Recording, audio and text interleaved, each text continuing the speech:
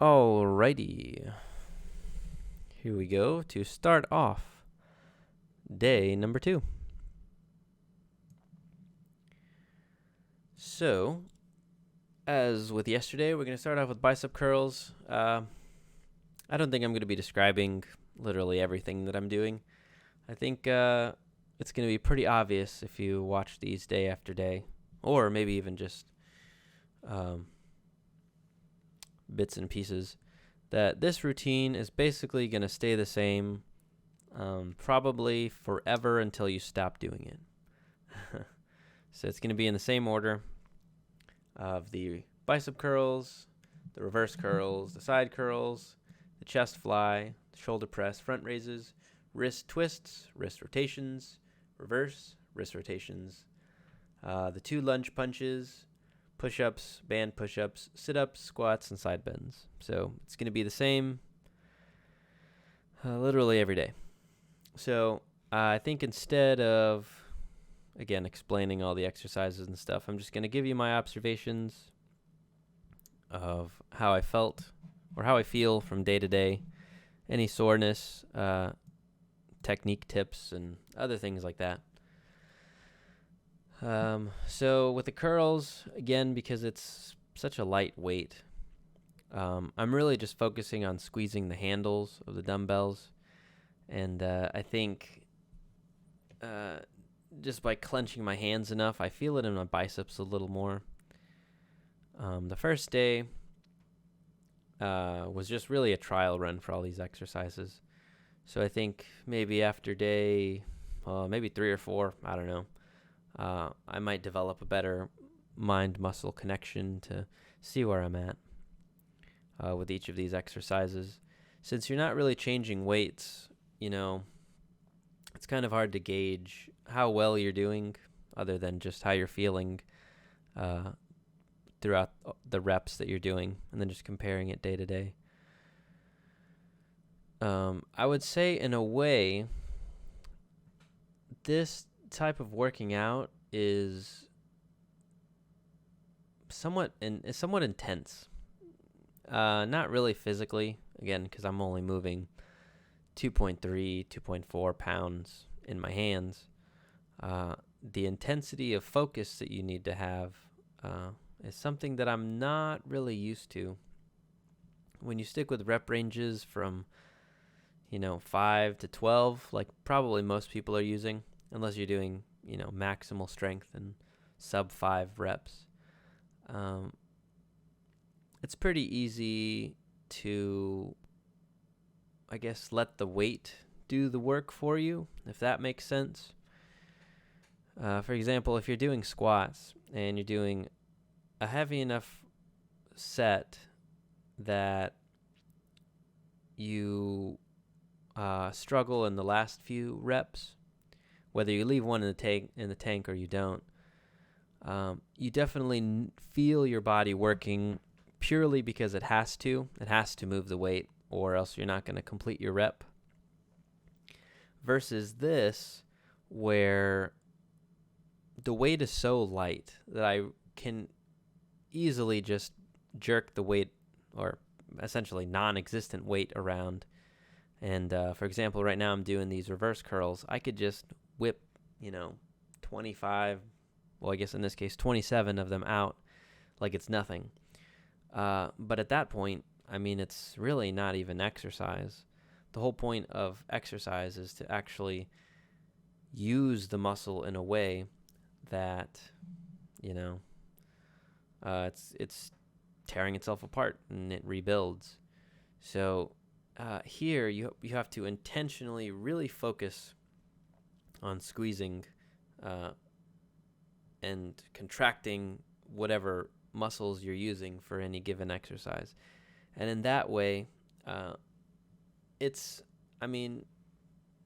hard to compare doing dumbbell curls with 2.5 pounds versus 20 pounds. Like, obviously it feels like you're doing more work with 20 pounds, but the mental aspect of working with these light weights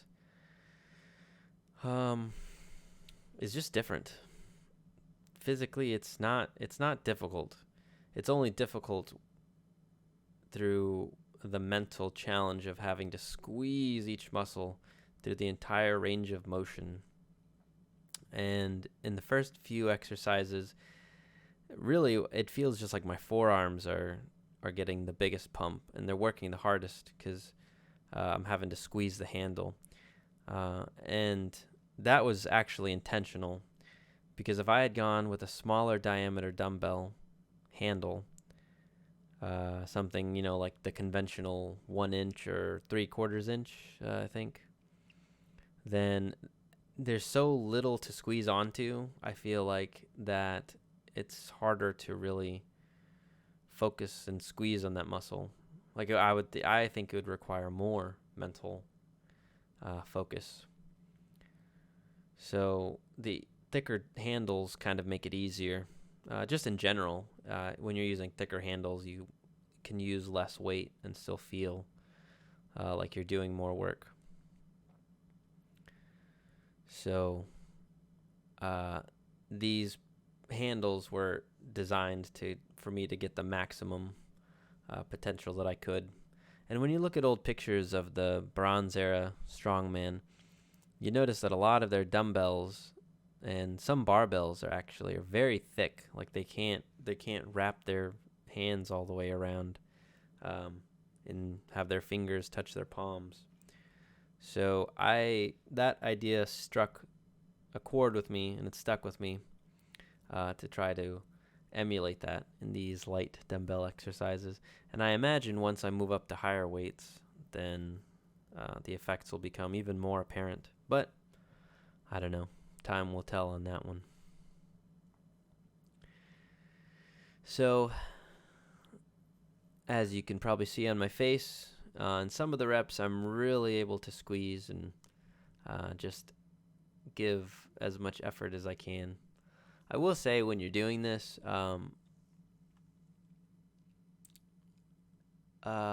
it's kind of easy to get lost in counting, because I'm counting so much that I don't normally, when I work out, I listen to music, but I really can't listen to music, or I'm gonna lose track of where I am in this workout. So that's one aspect that's, I guess, I'm gonna have to get used to, not listening to music and taking rest between sets. There's not really a prescription for how to go about these exercises, as far as I know.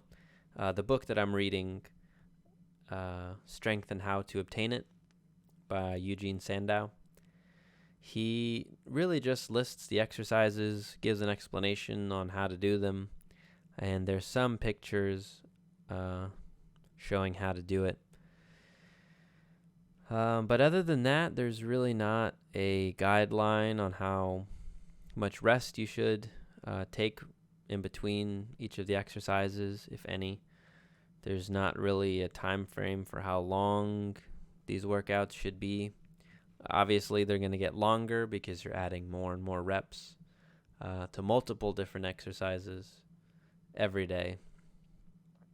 So I believe this workout is just a little bit over 14 minutes. So, I mean, that's not really that bad if you think about it.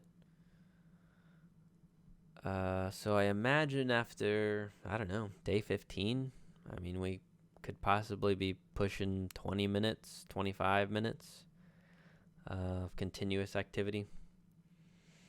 So it'll be interesting to see. Again, the weight at this point isn't really a problem. It doesn't really faze me. It's really just the mental aspect, the focusing, the squeezing, all that of the exercises. And I guess we'll see how that effect, the mental effect, will accumulate over the course of all of these cycles. My intention is that to do this cycle, I'm going to call this cycle 0, because technically this is less weight than is actually prescribed for men over the age of 17. So this is cycle 0. Once I'm done with this cycle after 15 days, then on the 16th day, I am going to go to 5 pounds, and then I'll call that cycle 1. To some degree, this is really just me figuring out how to do this workout. Yeah. As you can see right now, I'm about to do band push-ups in the correct amount. Yesterday I did the reverse of what I was supposed to. I was supposed to only do 2 regular push-ups and 17 of these banded push-ups, which I'm going to do today. This exercise unequivocally is the hardest out of all of them, because I'm actually moving a decent amount of weight compared to the other exercises. And I'm not amazing at push-ups. I'm average. I don't know. My max probably is like 15 to 17. And even though this band is pretty light, 5 to 10 pounds, it really makes these exercises much more difficult, or push-ups much more difficult. So I am pretty worried about the push-ups, since near the end of the 15 days, I'm going to be pushing 43 reps. And I have never even gotten 40 in one set ever. So I don't know. That's one thing I guess I'll have to push through or figure out how to do. Like I said, there's no prescription on how to do these things. There's no, breaking these up into certain sets and taking rests. I could be very much allowed or encouraged. Right now, I'm just trying to blast through all of these because they're not really that hard. They're not really that difficult. And I would say more so at this point, it's just building up endurance to be able to do these exercises all at once, which I can. But by day 15, the curls, I'll be doing 120. The reverse curls, 53. And the side bends, I believe I'll be doing 53 as well. So it's going to be pretty high reps near the end of the 2 weeks. So we'll see how my endurance goes. One thing about soreness, as far as day 2, I wasn't really that sore anywhere. I would say, if anywhere, I was probably sore in my lower back, not really on the spine, like near the erectors, but more like sore like on the outside, I guess, the lower lats. This is definitely an exercise or a movement pattern that I am not really used to. Not really something I do. I don't really bend sideways. One thing I tried to keep focus on was making sure that when I was bending, that I didn't lean forward too much, that I really tried to lean laterally to the side. This is one exercise I think I'll get better at. It's going to take some time. But I definitely felt it work. My lower back was probably the sorest. Probably the only one of 2 spots that was sore. So it was my lower back, and then I guess maybe somewhere in the upper back, slightly, but not really sure. Couldn't really tell. But my lower back was the sorest, so we'll see. But I am glad to be done for today, and I will update you with my progress tomorrow.